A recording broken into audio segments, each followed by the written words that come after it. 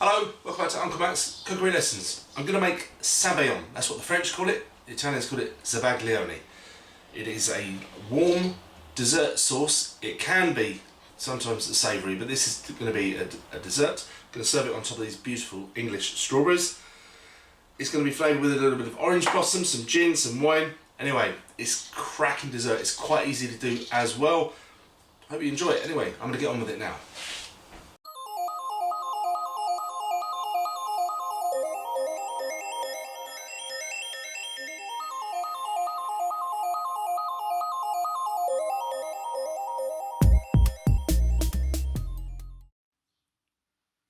So for this dessert, I have chosen some wonderful English strawberries, and this is the time of year, ladies and gentlemen. Make use of the very few things that this country produces that is superb. Asparagus, strawberries, I'm thinking, anyone help me out here? There's some other things, surely. Anyway, I'm not washing them. These, I've had a quick run through them, they're not gritty. I've chosen not to wash them because I really don't like them to get waterlogged. If you do feel you need to wash them, have a bowl of clean water, pop them in and hoik them out as quickly as possible. Use like a spider or a slotted spoon and then put them on some tissue to drain. Anyway, they're prepared. The zest of half a lemon. I'm not putting any juice. I don't want these strawberries to break down. The acid will kill them. And this is orange blossom water. So if you've heard of rose water, which is what goes in Turkish delight, this is the orange equivalent. It's taken from the flowers of an orange tree. It's incredibly fragrant and floral, but nothing acidic in it. So again, but very, very punky. So just a few drops gone in there. And I want to macerate these strawberries. And for that, I'm going to just put a pinch of the sugar that is for the sabayon recipe. And just a pinch. I would do that for best results about half an hour before you're going to serve. So that's in the fridge waiting. I'm now going to prepare the eggs for the sabayon. For this recipe, it's 4 eggs. You've seen me do this before if you've watched on my other videos. I just crack the shell, pass it from shell to shell until the white is in one area and the yolk is in another. I had no intentions of using these whites. If I did, I wouldn't have been throwing the eggshells in with them. That's going in the bin. There we go, got me 4 egg yolks done. This is unbelievably simple, people. You can definitely do this. So, sugar into the eggs.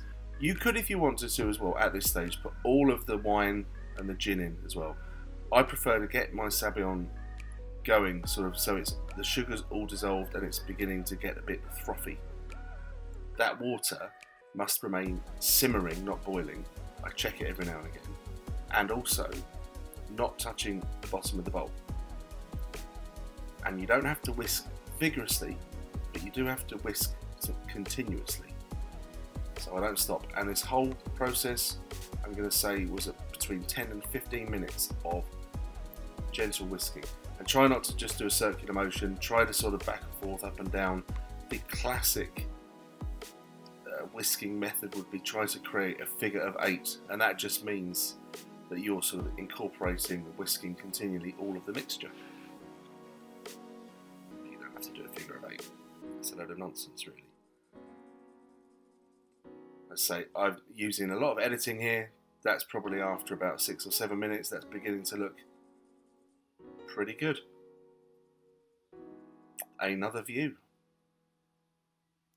It's not quite at the ribbon stage yet. Ribbon stage is when you pick up the whisk and you sort of kind of write your name on the surface of it.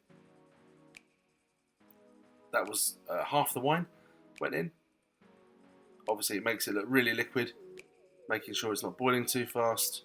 You can at this stage, once you've got the liquids in, turn the heat up a little bit. That was a couple of minutes later. It looked like it happened straight away. And then with the gin, again, that was another couple of minutes later. I want, especially with the gin, and I like this with desserts, for them to have sometimes a raw alcohol feeling to them.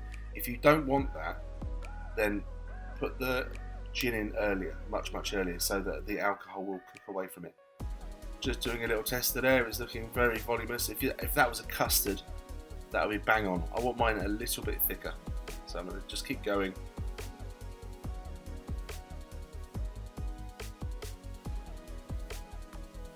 And we're there. That is it. So that was about 10 or 15 minutes. And this is how complicated this dessert is. I've chosen a martini glass. So those strawberries have had about 20 minutes probably, just sort of macerating gently with the other flavours, marinating. And there we go. Oh, it's absolutely lovely. And you decide how much you want. This Sabaion's easily enough for 4 people.